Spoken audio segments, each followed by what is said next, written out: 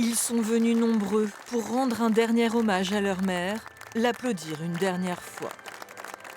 Près d'1 millier de Cambrésiens rassemblés dans l'église et devant un écran géant pour saluer la mémoire de celui qui fut leur représentant durant 32 ans.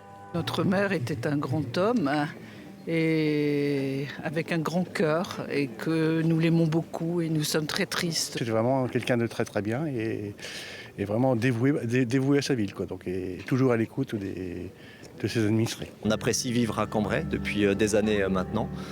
Beaucoup de choses pour la jeunesse, pour l'environnement, et voilà, on est très content de ce qu'il a fait pour nous. Tout de suite, la première fois que je l'ai croisé, je me suis senti cambrésien. Il m'a tendu la main, il m'a dit que si j'ai besoin de quoi que ce soit, je pouvais passer le voir.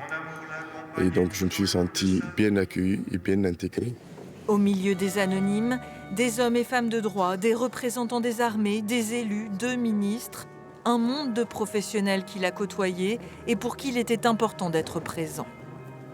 C'est vraiment un personnage hors norme avec beaucoup de caractère. Je l'ai dit, il était cambrai avant tout.